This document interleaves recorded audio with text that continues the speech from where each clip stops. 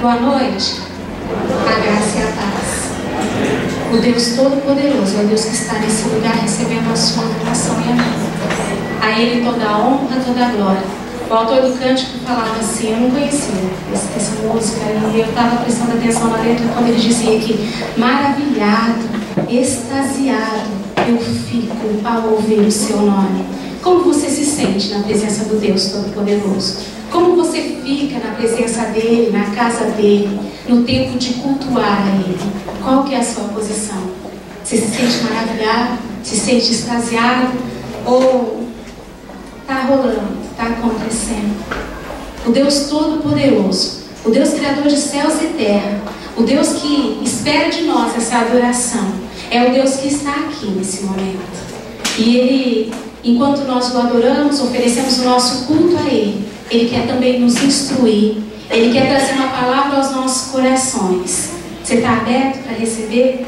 Eu estou, porque eu creio que Ele ainda vai falar comigo. Essa semana eu estava comentando com a bispa, que comentei com alguma outra pessoa que eu não consigo me lembrar quem é, que eu sempre gosto de ouvir depois, né? Até já deixei o pendrive lá para gravar a pregação para eu ouvir depois.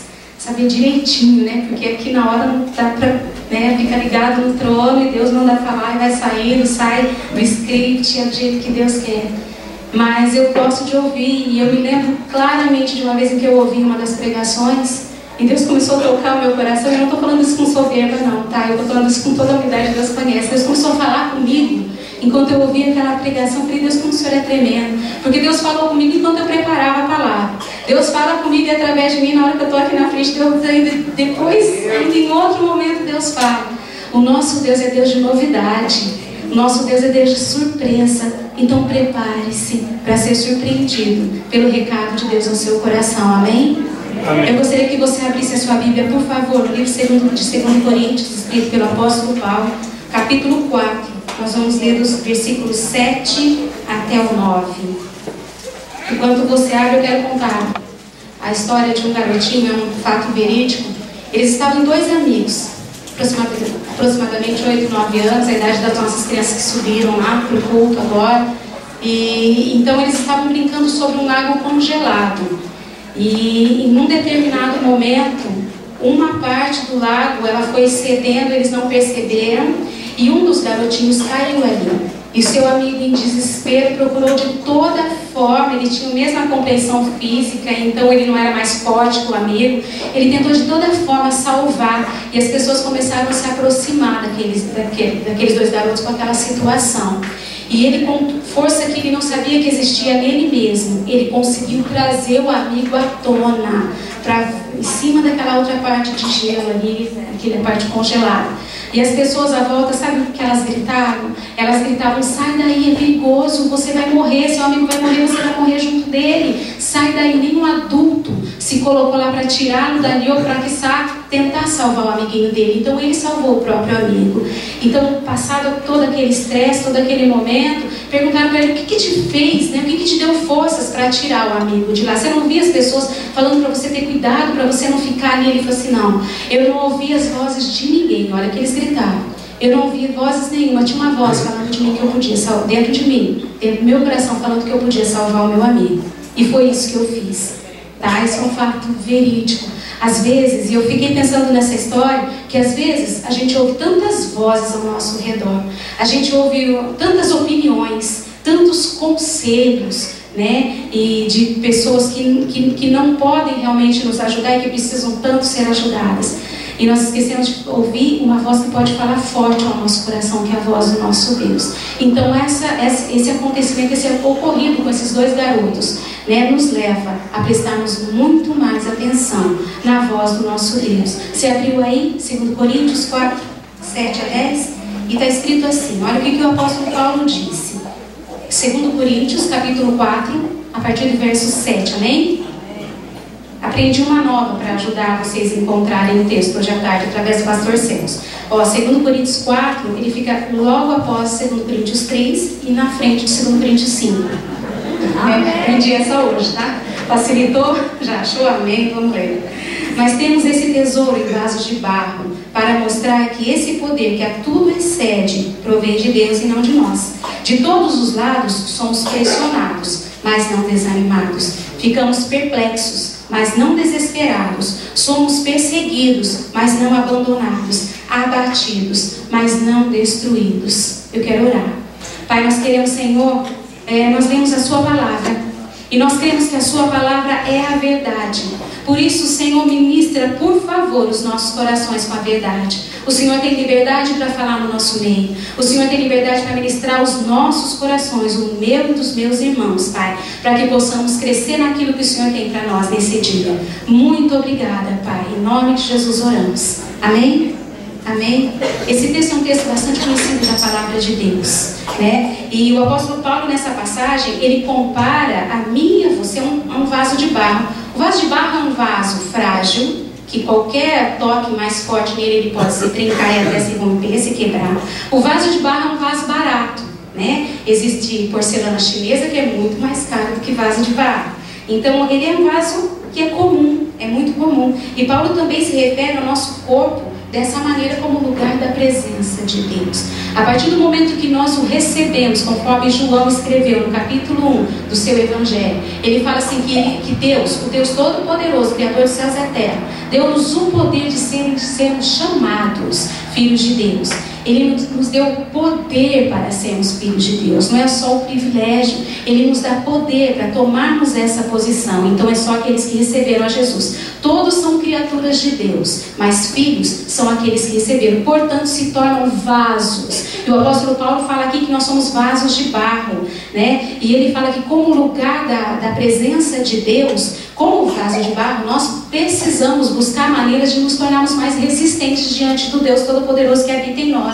Ocorre que muitos não estão preparados para buscar essa resistência e preferem ficar num patamar. Não é que a gente pode medir o nível de relacionamento com Deus. Eu me lembro que uma vez o pastor Walter colocou, né, uma questão dessa que ele poderia colocar ele gostaria de colocar na porta da igreja, né, uma régua. Tinha algum nome, pastor, que o senhor colocou? Uma fita para medir fé, ele falou ali, né? Ele falou que ele tinha esse desejo, né? Como se a gente conseguisse fazer isso, né? Mas eu penso que é o desejo de ver as pessoas crescendo, né? Numa semana estava lá nos 30 centímetros, na outra semana 33, na outra 35 centímetros de fé, e assim, como dizia uma criança que eu ouvi uma vez, infinito de quilômetros na fé. Deus quer nos fazer crescer dessa maneira. Deus quer que a gente possa ser essas pessoas resistentes, né? Não frágeis como o vaso de barro. Quando nós nos tornamos filhos de Deus, nós somos frágeis sim, porque nós estamos no começo de uma caminhada. Mas Ele quer tornar a mim e a você resistentes, tá? Por quê? Porque ao ouvirmos as vozes ao nosso derredor, nós não realmente, ao escutarmos, nós não ouviremos. E elas não atrapalharão o propósito de Deus nas nossas vidas. Paulo se refere também à delicadeza desse vaso, tal qual somos frágeis nas nossas emoções. Nós temos visto dias, não só aqui no nosso ministério, não só aqui na nossa igreja, nós convivemos com pessoas de outras igrejas cristãs e evangélicas, e a gente tem visto tanta gente doente, tantas pessoas com a sua alma ferida e ouvindo a sua própria voz, a voz do seu coração, ouvindo vozes ao redor que não podem ajudá-las e deixando de ouvir a voz do Deus Todo-Poderoso. Essa é a fragilidade da vida. Nós sabemos que nosso Deus, o Deus Todo-Poderoso, é o oleiro. Ele pode fazer sim com que esse vaso se torne resistente. O que ele faz com um vaso quebrado, um vaso rachado? Ele termina de quebrar. Está rachadinho? Está achando que as coisas não estão indo muito bem? Sabe o que Deus vai fazer? A boa notícia que eu tenho para te dar é que Ele vai terminar de quebrar para te fazer um vaso novo. Tá? Então toma isso. Toma, fala, a parte que eu quero, a parte que me toca, eu quero receber. Quebrar o vaso vai doer. Vai ser muito ai, ui, para tudo quanto é lado. Mas faz parte do processo de crescimento. Crescer dói. Crescer dói. Mas faz parte. A dor vem, mas ela passa. Agora, eu fico vendo que algumas pessoas, elas têm, diante de duas opções, diante da tribulação, diante do sofrimento, diante do problema, ela tem duas opções. Uma opção é dar linha na pipa e sair correndo, fugir, tá? E a outra opção é ficar e deixar Deus tratar. É ficar e querer crescer. É ficar e buscar o crescimento. Mas as pessoas que estão com as suas almas feridas, elas não estão percebendo que Deus está falando, que Deus está indicando o caminho, que Deus está tratando. Prefere ouvir as vozes ao redor, prefere ficar ali todo trincado, todo arrebentado. Mas eu quero te dizer que doença emocional, que crise emocional, que alma ferida, não é privilégio só meu e teu. Não é privilégio de ninguém, na verdade, né? Mas foi algo que aconteceu com o próprio apóstolo Paulo. Quando ele escreveu esse trecho, exatamente esse trecho que ele colocou, deixou escrito para nós, Paulo estava triste e chateado. Sabe por quê? Porque ele foi a pessoa que passou meio ano, 6 meses, pensa em 6 meses da sua vida.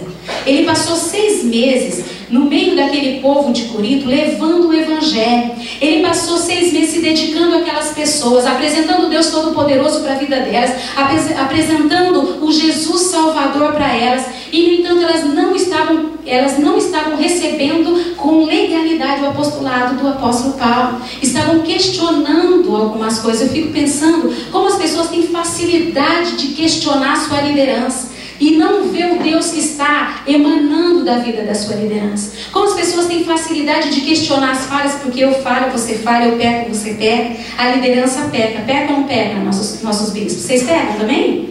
Ah lá, vocês não viram, mas eu vi eles fazendo assim. Eles pecam. Você peca também, irmã? Peca, André? Você peca, Juliana? Pois é. Nós somos seres falíveis, mas falíveis em busca de deixarmos isso. João fala: bom é que vocês não pequem. Melhor é que seja dessa maneira. E é isso que nós buscamos. Buscamos viver sem que o pecado faça parte da nossa vida. O pecado tem que ser o que nas nossas vidas? É para ser, não é que tem que ser, é para ser o que? Um acidente. É isso, Vinícius? É um acidente. Não é um hábito corriqueiro, não é todo dia, tá? Não é toda hora. Pecado, se ocorrer, se acontecer, é acidente, tá? Doença emocional pode acontecer, nós somos seres emocionais. Eu posso estar com a minha alma ferida, você pode estar com a sua alma ferida, mas tem que buscar naquele que pode consertar. O que diz o versículo 7, o versículo 8, exatamente? A palavra fala que nós somos pressionados, mas não desanimados, perplexos, de queixo caído, mas não desesperados. Também nós podemos ser perseguidos, mas não seremos abandonados, abatidos, mas não destruídos, porque ouvimos a voz que merece ser ouvida, a voz do nosso Deus Todo-Poderoso. Foi o exemplo daquele garotinho. Nós temos que ouvir a voz de Deus, porque nós não seremos desanimados, não estaremos desesperados, não seremos abandonados, não destruídos. Aquele que ouve a voz do Senhor se coloca nessa posição.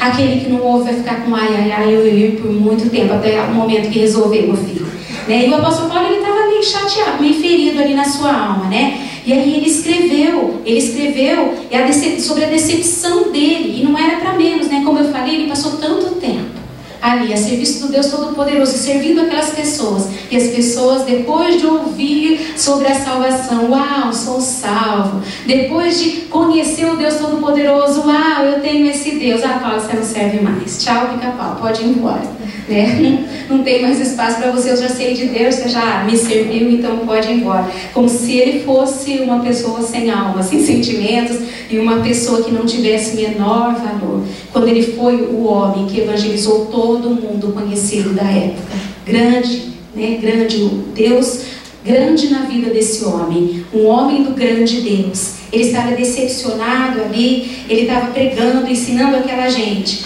Paulo deu a vida por aquelas pessoas, e em troca, recebendo ingratidão e falta de reconhecimento. Semana retrasada eu falava com um casal a respeito disso. Eu falei assim: não adianta você falar que você faz as coisas, eu penso que seria um ledo engano. Falar que faz tantas coisas e que não quer reconhecimento nenhum. Deixa pra lá, imagina, não quero, né? Todos esperam um reconhecimento. Todos esperam. Jesus não esperava porque ele conhecia muito bem, né, o nosso jeito, conhecia, né, o ser humano. Então Jesus não esperou. Mas o humano, você é humano? Tem pessoas, tem seres humanos aqui?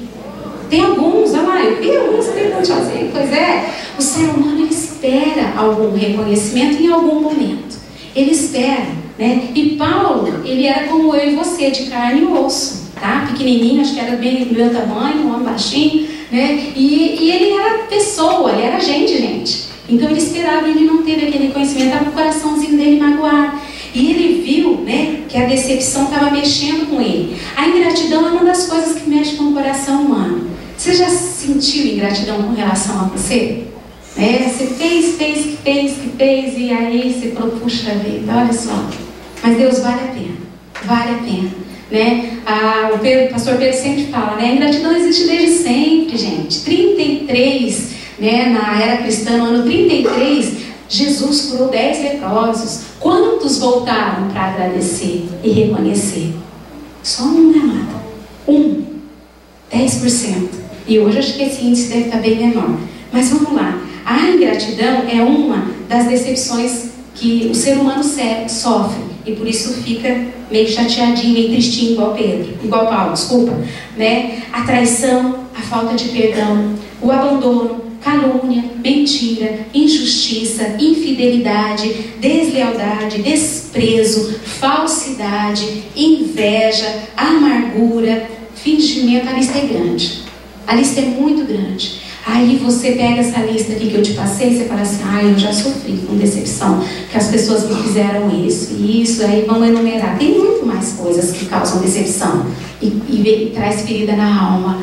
Mas eu vou te dizer que nós, eu e você, como seres humanos, devemos, pode ser, né? Pode ser que a gente pode ter causado isso na vida de alguém. Pensa, 5 segundos, pronto? Não, nem passou 5 segundos, nem precisa tudo isso. Mas talvez eu e você tenhamos sido lixa na vida de outras pessoas, assim como as outras pessoas são lixas na nossa vida, né? Mas a lixa é para deixar lisinho. Pensa só, quando você contrata, uma pessoa contrata um marceneiro para fazer uma estante, né? E o marceneiro, por si, ele entende que naquele espaço, com aquela metragem, ele poderia colocar mais prateleiras que você colocou. Jesus, ele era marceneiro, filho do seu José, o marceneiro. E ele sabe muito bem usar a lixa. Então, a lixa não é só para o outro, né? A lixa é para você também. Às vezes a gente é lixa na vida das pessoas, mas a gente acha que não, né? É muito mais fácil a gente colocar a culpa no outro. O que Adão fez quando ele pecou e foi questionado por Deus? O que ele respondeu para Deus? Foi a mulher que o Senhor me deu. Então, não era nem a culpa da Eva, era a culpa de quem? De Deus. Foi Deus que deu aquela mulher para ele. Então isso é a história antiga, né? E quando nós somos magoados, ficamos magoadinhos, ficamos tristinhos com a nossa almazinha feridinha, né? A culpa é dele, a culpa é daquele que fez, aquele que falou, aquele outro que pensou, aquele outro que deixou de fazer, que não falou também, que deixou de pensar. A culpa é de todo mundo, né? Menos, a gente não tem, eu tenho culpa nisso? Você acha que eu tenho, Ana Lu? Não, imagina. De jeito nenhum, nem você, né, Ana Lu? Nenhum momento. Nós temos que olhar para dentro de nós. Deus chama a nossa atenção hoje para primeiro deixar Deus tratar o nosso coração, porque não é num passo de mágica que nós não ficaremos desanimados, não é num passo de mágica que nós não perderemos a esperança, não é num passo de mágica também que não seremos abandonados nem destruídos. Isso acontece na minha e na sua vida, desde que eu esteja com o meu coração à disposição de Deus para Ele tratar, para Ele sarar, para Ele curar, e que eu esteja com os meus ouvidos atentos a ouvir aquilo que Deus manda eu fazer, aquilo que Deus está me falando, e principalmente andar em obediência. É desse jeito que nós não seremos desamparados, não estaremos desesperados, não nos colocaremos numa posição de desânimo e destruição, de derrota. Tá? Não é passe de mágica, não é só eu ler esse texto, deixar a Bíblia aberta em 2 Coríntios 4, versículo 8, que eu não serei destruída. Não é só eu deixar a Bíblia aberta nesse texto que eu não estarei desanimada nem desesperançada. O que Deus coloca aqui é um limite de sofrimento. O sofrimento inevitável, mas a atenção e a proporção que eu dou a Ele, isso aí é mensurável. Isso eu posso dosar. Tá? Isso tem jeito de eu controlar. Então é ouvir, é estar ligado, não é passe de mágica, é eu estar ligada no trono, é desse jeito. A primeira crise que Paulo traz aqui para nós diante das decepções é essa crise das tribulações, tá? Passar por tribulações. Ele fala, em tudo somos atribulados. Numa outra versão é dito assim, as palavras de Paulo: muitas vezes ficamos aflitos, e aflito significa pressionado, significa oprimido, significa acuado. Nós passamos por isso nos nossos dias. Nós passamos sim, o que Jesus falou: no mundo tereis aflições. Ele não disse assim: eu vou livrar vocês de todas as suas aflições. Ele não disse: eu vou te dar vitória em todas as suas batalhas. Jesus disse isso, mas Ele sabe muito bem o que faz. Ele sabe muito bem o que faz. Então é melhor Ele fazer e acertar do que eu tentar fazer e sair errando. Então no mundo a gente pode ser pressionado, pode ser oprimido, né, ter tribulações. E é assim que nós nos sentimos em um momento de aperto. As situações que nos pressionam, nos oprimem, sufocam, apertam, a ponta de parecer que não vai ter escape. Talvez você esteja passando por uma situação assim nesse momento da sua vida. A ponto de olhar e falar assim: não vai ter jeito, não vai funcionar, não vai. Isso aqui não tem solução. Em outra versão, na linguagem contemporânea, ele usa um outro termo que me chamou muita atenção: soterrados de problemas, mas não desmoralizados, porque tem afinidade, porque tem relacionamento com Deus. Por isso, não vai ser desmoralizado. Por mais que em volta pareça que vai acontecer dessa maneira, por mais que a sua volta pareça que não vai ter jeito, Deus fala: não vai, não vai.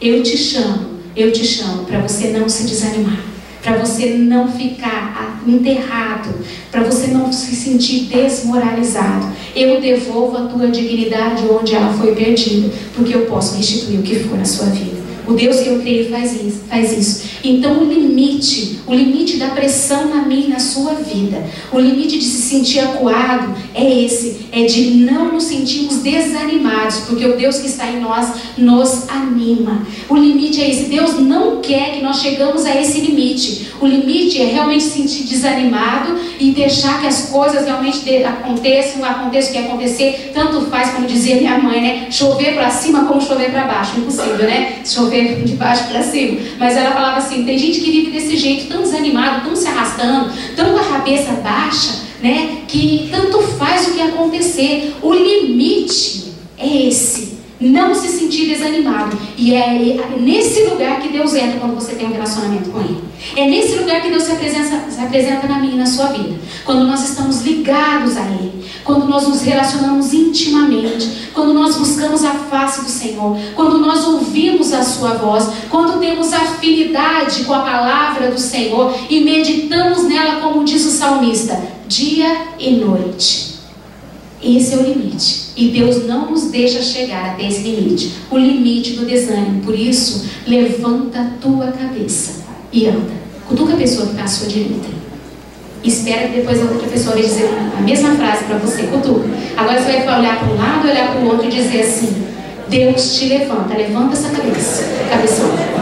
Levanta essa tua cabeça. O limite para você, fala para ela, o limite seria o desânimo. E Deus não te deixa chegar nesse limite. Você não ficará desanimado. Você entendeu? Se não entendeu, pede para a pessoa repetir, ela vai repetir para você. Entenda isso. O limite é o desânimo. Pode estar pressionado ao extremo. O limite é o desânimo. Deus não te deixa chegar nesse limite, porque você tem relacionamento com Ele, porque você é filho dele, né? Porém, não angustiados, não derrotados, ainda que enfrentemos todo tipo de circunstâncias que tentam esmagar o nosso coração e tentam sufocar totalmente a nossa alma, Jesus não nos permite, não permite que sejamos esmagados, derrotados. Ele nos sustenta sempre, mas é preciso ouvir a voz dele e não ouvir as vozes ao redor. Não, porque as vozes ao redor, sabe o que vão trazer quando elas não estão de acordo com o que Deus tem para as nossas vidas e estão dando todo tipo de opinião e de conselho errado? Vai te trazer amargura. A amargura vai te levar para a depressão. A amargura vai te levar para um poço sem fundo. Então ouça a voz do Senhor. Lá em Romanos 12:12 diz assim, que é possível, quando você estiver no meio da pressão, se alegrar na esperança, ser paciente na tribulação e perseverar na oração. O testemunho da Adriana aqui na frente, ela dizia assim: está chorando? Ora. Está triste? Ora. Está achando que não vai ter jeito? Ora mais um pouco. É a Bíblia que diz isso, né, Adriana? E você aprendeu isso aqui na palavra. Perseverar em oração. Romanos 12:12 diz isso. É mais fácil desanimar. É mais fácil esperar que o outro faça para mim. É mais fácil esperar que o outro venha, né? Eu estou aqui, estou triste, eu tô aqui, eu estou pressionado, mas ninguém vem falar comigo. Ai, autocomiseração, coitadinho de mim. Como que falava o personagem? Ó dor, ó vida, ó céus. Sai desse seu lugar, levanta a tua cabeça e procura ajuda. Porque daí você não vai se desanimar. Para de autocomiseração. Para. Paulo estava tristinho e ele estava falando isso, ele estava ministrando o seu próprio coração. Ele estava dizendo aqui: eu estou triste, eu estou me sentindo pressionado por esse povo, porque ele está falando que o meu apostolado não serve para nada. Eles estão deslegalizando aquilo tudo que eu tenho feito. Mas eu estou olhando para o meu Deus e eu não vou me desanimar. Eu vou perseverar na oração. Ele mesmo escreveu isso. Eu vou me alegrar na esperança. E eu vou ser paciente na tribulação. Sabe por quê? Porque vai passar. Vai passar. Esse momento vai passar. Quantas lutas nós já passamos com o Senhor e elas já passaram. As lutas já mudaram, né? Já são outras. E essas desse momento também vão passar. Elas vão passar. Deus, se Ele quiser dar a vitória, Ele vai dar. Se Ele não quiser, se Ele quiser fazer a gente crescer, Ele vai fazer. Ele não vai ser menos Deus por conta disso. Ele continua sendo o Deus Todo-Poderoso, o Criador dos céus e da terra e o Deus da minha vida. É o Deus da sua vida? Amém? Ele continua sendo Deus. Vai passar, ora. Por maior tribulação que estejamos passando, nós devemos orar e orar. Pois a resposta vem de quem? Vem de Deus. Temos que ouvi-lo, ouvir somente a voz de Deus. Aquele que reconhece ser um vaso de barro vive exatamente nessa situação. Pois a certeza de que Deus é olheiro lhe dá forças para ser restaurado. E com isso não se angustiar. É buscar no Senhor. É ouvir o Senhor. E aí sim, posso ser pressionado, mas não desanimado, nunca desanimado. Eu me animo no Senhor. É nele que eu me animo. O rei Davi, quando ele se viu totalmente acuado, a ponto de ser apedrejado pelos seus próprios soldados após uma batalha, ele chega em Ziclag e os soldados viram para ele e falam assim: nós vamos te matar. Olha o que aconteceu, levaram as nossas mulheres, levaram os nossos filhos, levaram os empregados, levaram o nosso gado, levaram tudo, nós estamos sem nada. A culpa é sua, que a culpa sempre é do outro, então agora nós vamos te matar apedrejado. O que Davi fez? Buscou a face do Senhor. Ele já tinha chorado um monte, pode chorar, tá? Chora à vontade, mas busca a face do Senhor. Depois de chorar muito, ele se prostrou diante do Deus Todo-Poderoso. E o que aconteceu com ele? Davi se reanimou no Senhor. Então, ele estava lá, atribulado ao extremo, mas não desanimado. A segunda crise é a crise da dúvida, né? Acontece lá em Massachusetts, eu não sei se aqui acontece, mas as dúvidas podem abater os corações, né? As crises podem deixar perplexos, que é a palavra que o apóstolo Paulo diz aqui, né? Algumas vezes ficamos em dúvida, em outra versão, que é o que significa isso. Podemos experimentar situações que nos deixam indecisos, tá? Em dúvida, porque a gente não tem a resposta. Não tem, e às vezes não é nem só quanto a gente. Às vezes as pessoas nos trazem algumas questões, alguns problemas, e nós olhamos, e às vezes eu me sinto nessa situação, e eu não sei o que responder. Eu falo: peraí, deixa eu orar a Deus. Deixa eu orar a Deus. Estou ali, estou perplexa. A gente ouve cada história, a gente ouve cada coisa. No seu dia a dia também eu acredito que isso aconteça. E ficamos perplexos, em dúvida, sem ter resposta, porque nós somos humanos, nós somos limitados, falhamos. Mas o Deus a quem nós servimos, Ele é Deus ilimitado, não tem limitações para Ele, e Ele tem a resposta certa. Ele tem a palavra certa, Ele tem. E Paulo também afirma que às vezes ficamos indecisos, duvidosos, até o limite. E qual é o limite da situação da dúvida? A falta de esperança. Deus não me deixa, não te deixa chegar até esse limite, que é a falta de esperança. Porque a palavra de Deus fala que Ele é a minha esperança. Ele é a sua esperança. Então Ele não deixa a gente atingir esse limite. Não estaremos desesperados. E a palavra desesperado é a mesma coisa que desesperançado, é sem esperança. Deus te deixa ficar perplexo, queixo caído sim, em dúvida, não sei o que fazer. E agora, o que eu faço? Deus, o que eu faço? Mas Ele não te deixa chegar até o limite, que é chegar até a falta de esperança. Como que pode isso acontecer nas nossas vidas? Chegar a essa perplexidade. Um exemplo. Aquela pessoa na qual você confiou, ajudou, pode até te decepcionar, né? Fala: nossa, não esperava isso de você. Não esperava mesmo. Já aconteceu com você? Talvez você tenha feito isso com alguém. Às vezes nós decepcionamos as pessoas, tá? Esperava mais de você, as pessoas esperavam mais de mim. E às vezes eu posso também decepcionar a humanidade, infelizmente, né? Mas a palavra de Deus fala assim, que o limite é a falta de esperança. E Deus não deixa. Por mais que te decepcione, por mais que você decepcione alguém, por esperar mais da pessoa, ou alguém esperar mais de você, você não vai ficar na posição da falta de esperança. Você tem a esperança sim. Há desesperos que abatem a alma, que dá a impressão de que não vai suportar. Uma perda muito grande abate a alma, né? E dá a impressão que não tem esperança para isso. Uma perda de um ente querido, né? Esses dias nós tivemos uma pessoa que perdeu a mãe por uma doença que sucumbiu durante meses aquela vida.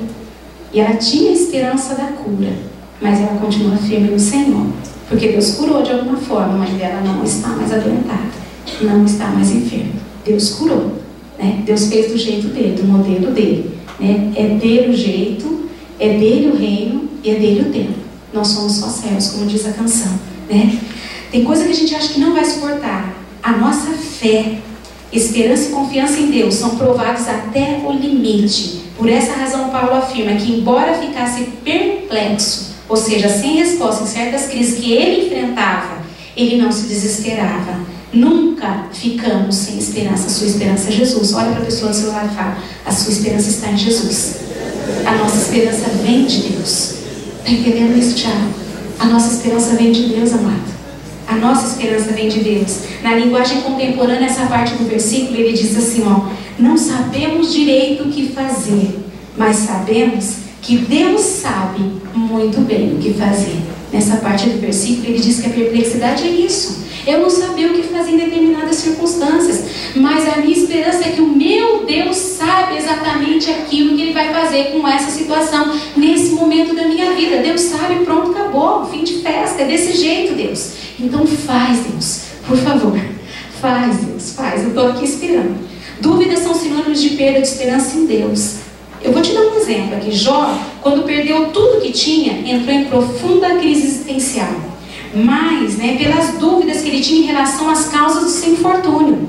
É porque ele não estava entendendo. Deus, eu não estou entendendo, não quero mais brincar disso não. 2, 3, acabou a minha vez. Se fosse eu no lugar dele, eu acho que eu ia dizer isso para Deus. Deus, não. O Senhor está falando sério. Senhor, não pode ser. Ele não estava entendendo por que tanta tragédia, uma após a outra. No mesmo dia ele perdeu todos os seus filhos e filhas. O que é isso, Deus? E o resto veio, de quebra. Só ficou a esposa ali amaldiçoando do lado, Mas eu creio que depois, pelo testemunho de Jó, a mulher deve ter se convertido. Não é possível, Mas Jó jamais perdeu a sua fé e esperança em Deus. Ele tinha dúvida, ele ficou perplexo diante do infortúnio, de tanto infortúnio, tanta tragédia. Mas ele não perdeu a sua esperança em Deus. E Jesus não permite que sejamos atribulados além das nossas forças. Ele sabe muito bem o que faz. Ele sempre vem nos socorrer. 1 Coríntios 10, 13, eu vou ler para você na linguagem contemporânea. Eu achei bem diferente, Na linguagem, no Almeida, ele fala assim: não venha sobre vós provação ou tentação senão humana, mas fiel é Deus que não te deixa provar além do que podeis. Antes, com a provação, dá também o escape para que você possa suportar. Almeida diz isso. Na linguagem contemporânea, eu gostei também da forma como ele coloca: nenhum teste que surja no caminho de vocês é maior do que o que foi enfrentado por outros, tá?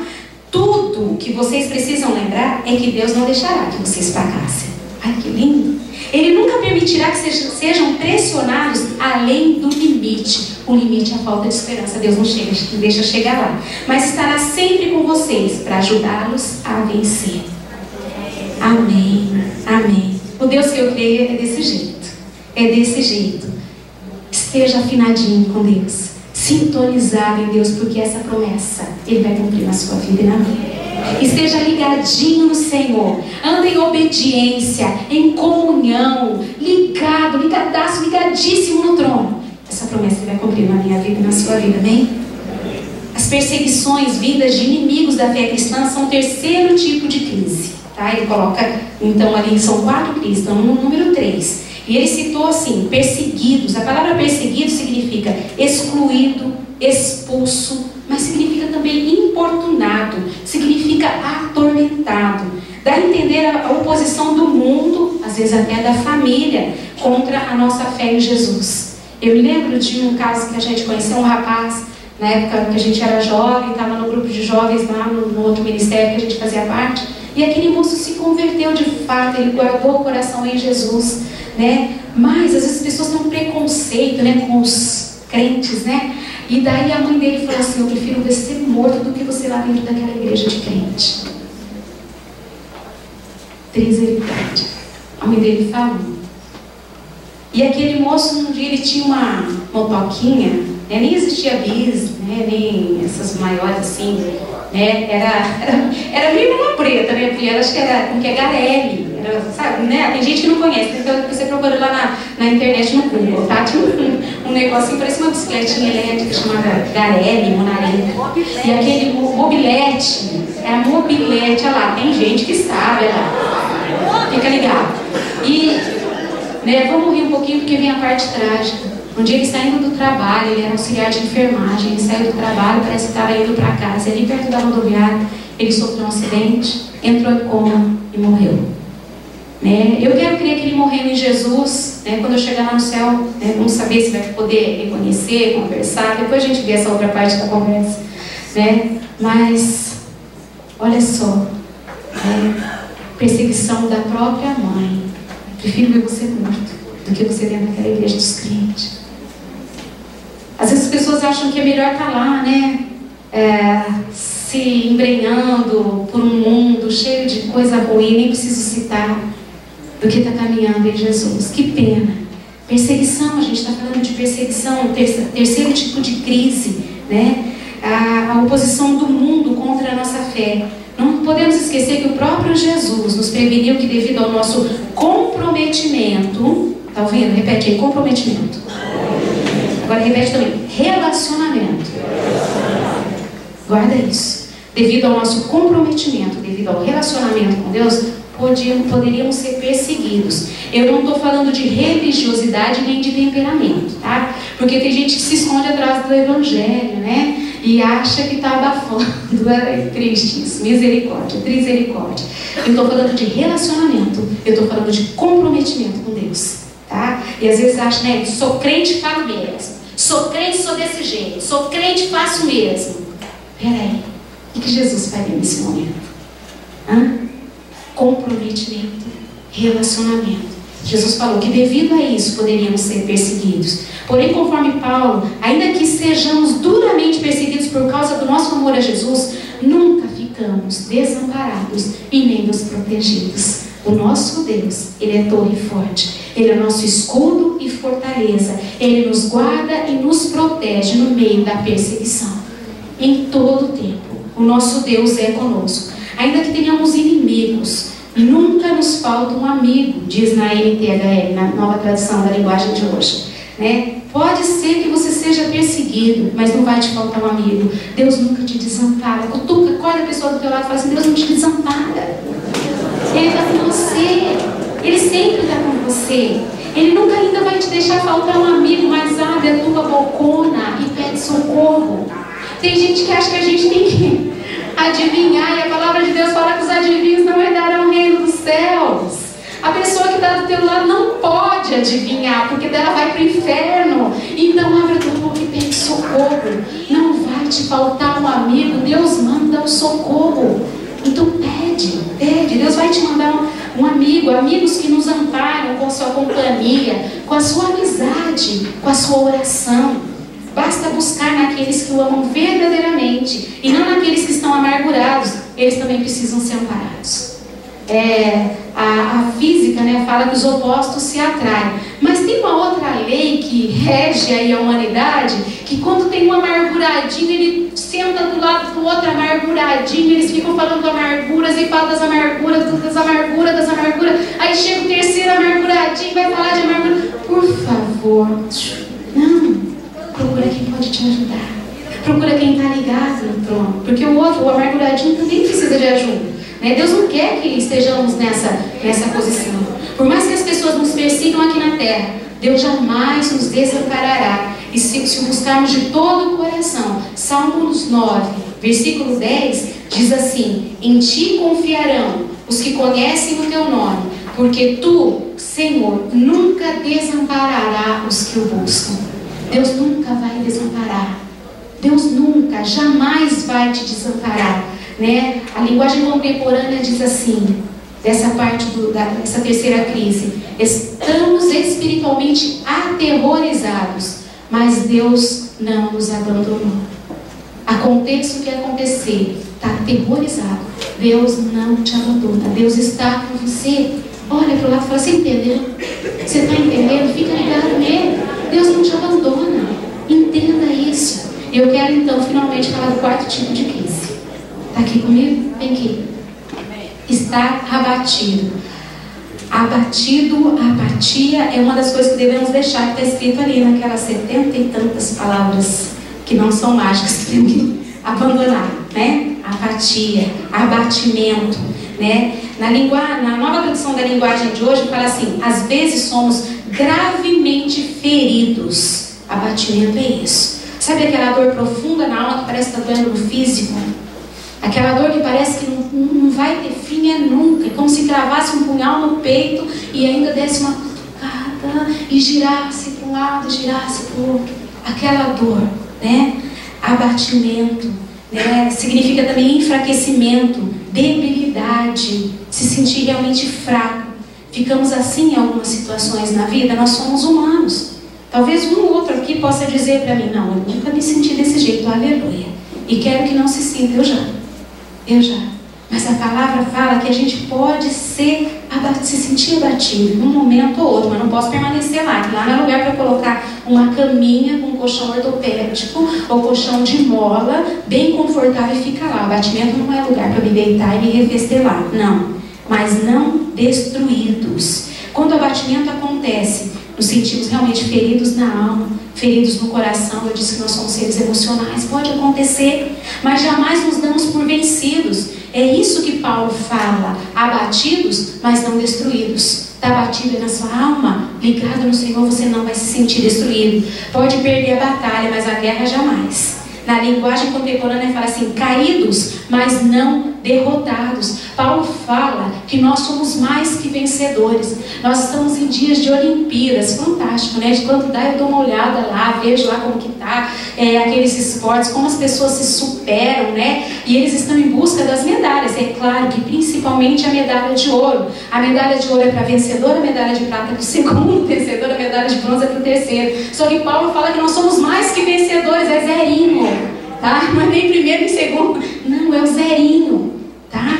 É mais que o primeiro lugar. Então jamais derrotado. Tem gente andando com o ombro arcado, tem gente que anda com a cabeça que o queixo está encostando no peito, e Deus olha para você nessa noite e fala assim: o quê? Está batidinho, né, filho? Levanta a tua cabeça, porque você não é um derrotado, você é meu filho. Deus não tem filho derrotado, sabe disso?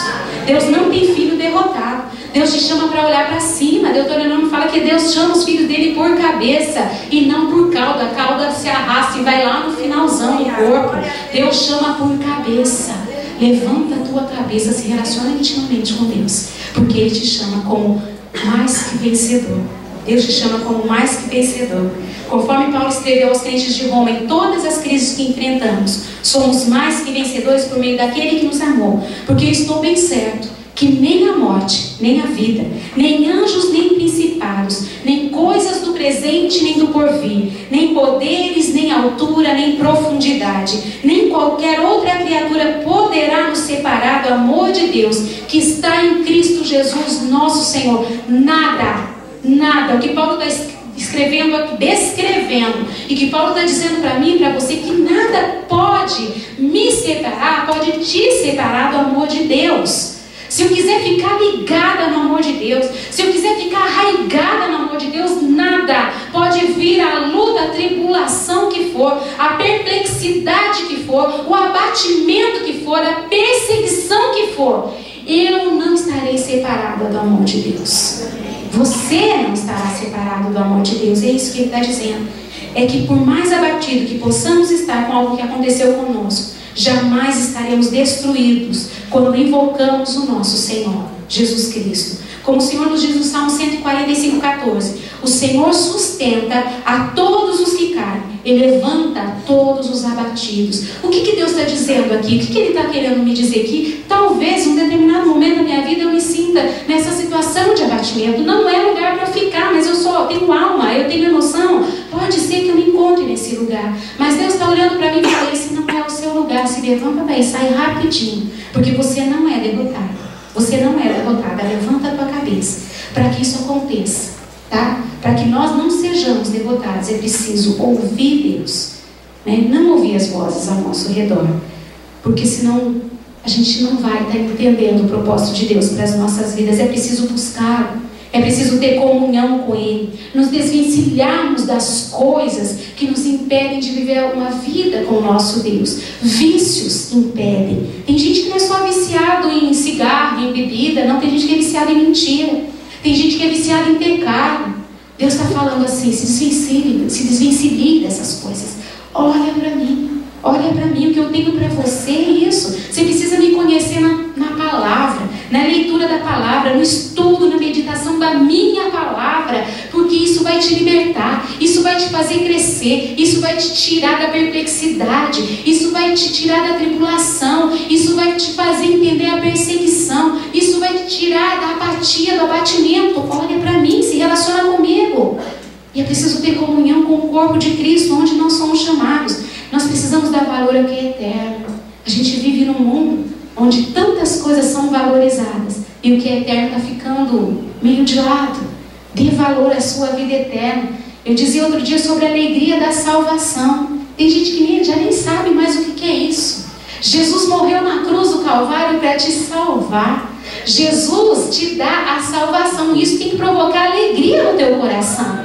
Tem a alegria da salvação. É isso que Deus tem para nós. Portanto, sempre que você estiver triste, desanimado, abatido, perplexo com algo, atribulado ou se sentir perseguido, lembre-se daquilo que Jesus fez por você na cruz do Calvário. Ele morreu por você.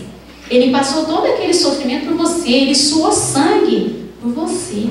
Lembra? Então, qualquer coisa que você possa estar experimentando de sofrimento, ele sofreu. Ele entende muito bem disso. Ele entende. Ele está dizendo assim: filho, eu sei o que você está passando. Te põe de pé. Te põe de pé. Eu te faço mais que vencedor. Ele viveu na carne qualquer coisa, mas é qualquer coisa mesmo, que eu e você possamos passar. Por isso e por tudo, busque o Senhor em primeiro lugar na sua vida. E a sua vitória contra o desânimo ou qualquer outra crise citada no versículo 7 do capítulo 4 de 2 Coríntios, você vai entender que do céu vem a sua vitória. É do Pai, é dele. Eu quero concluir com o que está escrito em 2 Coríntios 4, do 16 ao 18. Portanto, não estamos desistindo, como poderíamos, ainda que por fora pareça que tudo está acabando. Por dentro, onde Deus está criando uma nova vida, não há um só dia em que a graça reveladora não se manifeste. Os tempos difíceis, esses tempos que nós temos vivido, nada são comparados com os tempos que estão por vir. A celebração sem fim preparada para nós. Há muito mais que podemos viver. As coisas que agora vemos estão aqui, hoje, mas desaparecerão amanhã. Eu disse que vão passar, não disse? Mas as coisas que não vemos agora irão durar para sempre. Eu li na linguagem contemporânea. Deus olha para nós e fala que aquilo que a gente está passando de luta, de tribulação, não é nem de longe comparado com aquilo que Ele tem para nós. Paulo ainda fala: nem olhos viram, nem ouvidos ouviram, e nem jamais penetrou em coração humano o que Deus tem preparado para aqueles que o amam. É para mim e para você. Você ama Jesus? Eu amo Jesus. É para nós. Então fica ligado no trono. Se desvencilhe das coisas que estão te fazendo se sentir derrotado, desesperançado, desamparado, e volta os seus olhos para Jesus. Nós estamos aqui, mas nós não somos daqui. Somos cidadãos do céu, sendo preparados para a eternidade. Então pense na eternidade como se ela já estivesse sendo aqui e agora. Feche os teus olhos, né? Se você quiser abaixar a sua cabeça, não se liga no movimento. Os músicos, os ministérios de louvor vai tomar um lugar aqui na frente. E eu quero te fazer pensar, primeiro, naquilo que te tem feito com que você volte os seus olhos para aquilo que te faz sentir derrotado, desanimado, desesperançado. São as lutas, as tribulações, as perseguições, as perplexidades, as dúvidas. O que tem te feito? Algumas pessoas estão muito abatidas, muito abatidas. E Deus fala assim: meu filho, minha filha, eu te levanto, eu te ponho de pé. Pensa naquilo que tem roubado a tua esperança. Deus olha para nós nessa noite e fala assim: eu te trago a esperança de volta. Se você precisa de um fortalecimento da parte de Deus, precisa hoje de um renovo. Você não está precisando de uma profecia, não está precisando de uma oração forte. Você precisa de um renovo do próprio Deus sobre a sua vida. Levanta dessa cadeira agora e vem para o altar. Deus quer renovar a sua vida. Deus quer te fortalecer. Deus quer te libertar. Deus quer te fazer forte. Deus quer intimidade com você. É isso que Ele tem para a sua vida. Deus quer que você olhe simplesmente para Ele e ouça somente a voz dEle. A voz do Senhor é poderosa. A voz do Senhor quebra o cedro do Líbano. A voz do Senhor resplandece sobre todas as coisas. Ouça a voz do Senhor. Ela é poderosa, mas ela é suave. E ela diz para você: filho, filho, eu estou com você. Você está se levantando? É um passo de fé. E eu estou aqui para segurar na tua mão e te fazer caminhar. Você que está aqui na frente, fecha o teu olho e fala para Deus. Você sabe o que tem te abatido. Você sabe o que tem te desanimado. Você sabe o que tem tirado a sua esperança, o que tem te deixado em dúvida. Fala para Ele, Ele está aqui, é o teu Pai. Fala: Deus, é isso, dá nome àquilo que tem te abatido. Deus é teu refúgio e fortaleza. Ele quer mudar a sua vida.